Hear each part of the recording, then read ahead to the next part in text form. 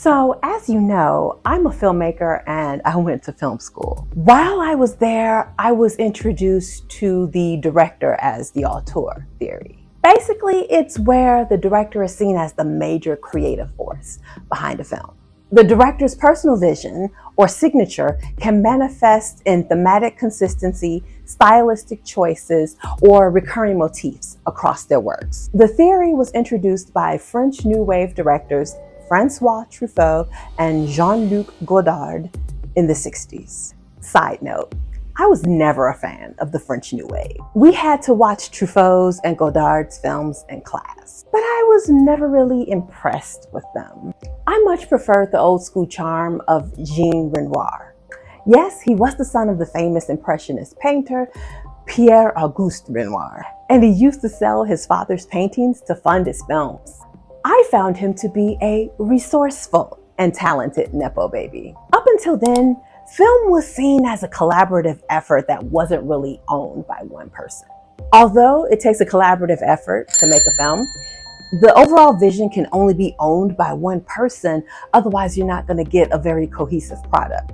In the auteur theory, the director's influence outweighs everyone else, including the writer. But sometimes directors are also writers, and sometimes their influence is so strong they override everyone else's influence, including the directors. So much so that people don't realize they didn't direct the film.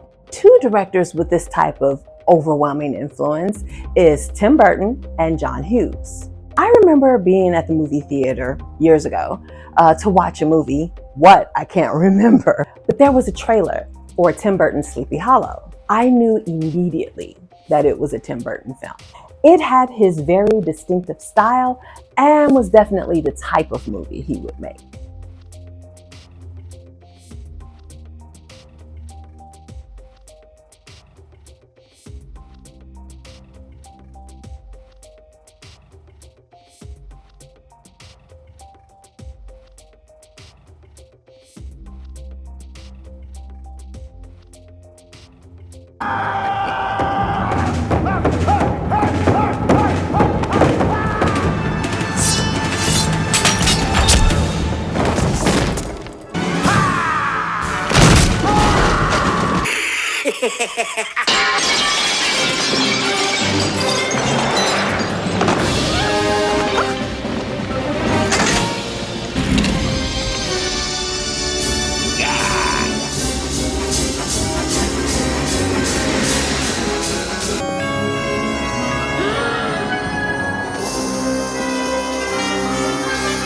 Now, The Nightmare Before Christmas is widely seen as a Tim Burton movie. He wrote it and produced it, but he didn't direct it. That was Henry Selick. The film had been so imprinted with Tim Burton's visual style that there is no denying that it's more his than Selick's. In the 80s, John Hughes had a string of hit movies. 16 Candles, The Breakfast Club, Weird Science, Ferris Bueller's Day Off. He was almost single-handedly responsible for the forming of the Brat Pack.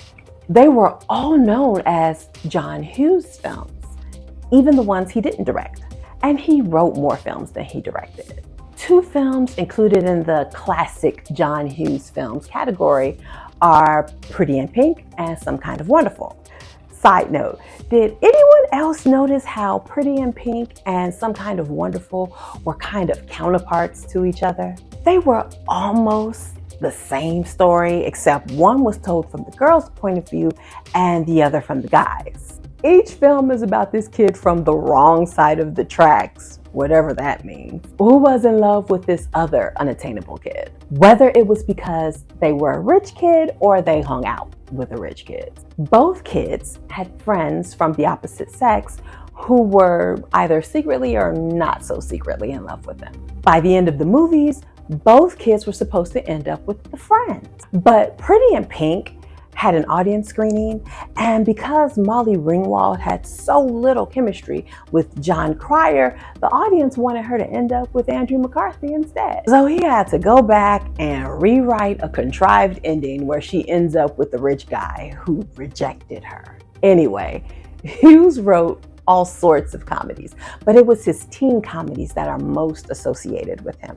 He also wrote Home Alone and came up with the story for the National Lampoon series, Only Writing Christmas Vacation. But you didn't really see those films being called John Hughes films like his teen comedies. I feel like his teen comedies were unique, not just amongst his films, but amongst other teen comedies of the time. They were funny, obnoxious at times, but still very charming and full of heart. They were like his magnum opus. Like Nightmare Before Christmas, his style was so strong, it outshone the directors of Pretty in Pink and Some Kind of Wonderful. In a way, he was kind of like Aaron Sorkin, who is mainly a writer. His IMDb page only listed 3 projects with him as director. And yet, Sorkin's writing style shines through on his projects. I remember when I was interning at Silver Pictures and assistants from different production companies were passing around the Social Network script. I've said before that back then the average script length was about 120 pages, and you did not go over for any reason. The Social Network was 164 pages. When I commented to one of the assistants that was insane, he just responded, "It's Aaron Sorkin. He can get away with it." He had just as much pull as an A-list director. I mean, if James Cameron had put out a 164-page script, no one would even blink. So even though Sorkin was mainly a writer, it was like he was respected as an auteur as well. He has a very distinct dialogue style that is seen across all of his works, film and TV alike. You said he was being transferred because he was in grave danger. That's correct. You said he was in danger. I said grave danger. You said, is there any recall what I I said. can have the court reporter read back. Answers! I want the truth! You can't handle the truth! You don't want the truth because deep down in places you don't talk about at parties. You want me on that wall. You need me on that wall. Did you order the code red? I did the job. Did you order the code red? You're goddamn right I did! Sir, your answers on economic issues could be a bit polysyllabic. academic. I was going to go with incomprehensible. Hey, listen. Any economic advancement involves what Schumpeter called creative destruction. Sir, Schumpeter. Why? Does that word destruction will really mollify our critics? So they usually stood out for this. The filmmaking style of each may be different according to the director, but it's the script that usually takes notice in Aaron Sorkin films. Eduardo was the president of the Harvard Investors Association, and he was also my best friend. Your best friend is suing you for $600 million. I didn't know that. Tell me more. Side note, in writing this, I had realized that I had somehow conflated David Lynch with David Fincher. David Lynch, who would definitely count as an auteur, did not direct The Social Network. David Fincher did. Not that David Fincher isn't a good director, it's just that his style isn't as recognizable as David Lynch's. And I really think that's what separates the directors from the auteurs. Is their visual stamp imprinted on their films? So the director is usually the person who shapes the visual style of a film. But it seems in this industry, once you have enough pull, your influence will outweigh all others, whether you're directing the project or not. In that instance, you can say that the directors are so much of an auteur that it doesn't matter if they direct the film or not. They're gonna have major influence over the visual style. And this can be extended to certain writers as well. So, do you believe in the auteur theory? Do you think it extends to some writers in certain instances? Let me know in the comments below. Also, come back Friday when I talk about where The Vampire Diaries went horribly wrong.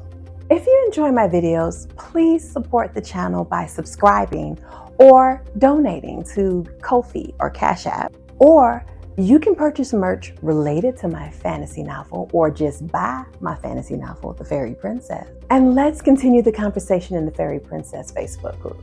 All links in the description. Thanks.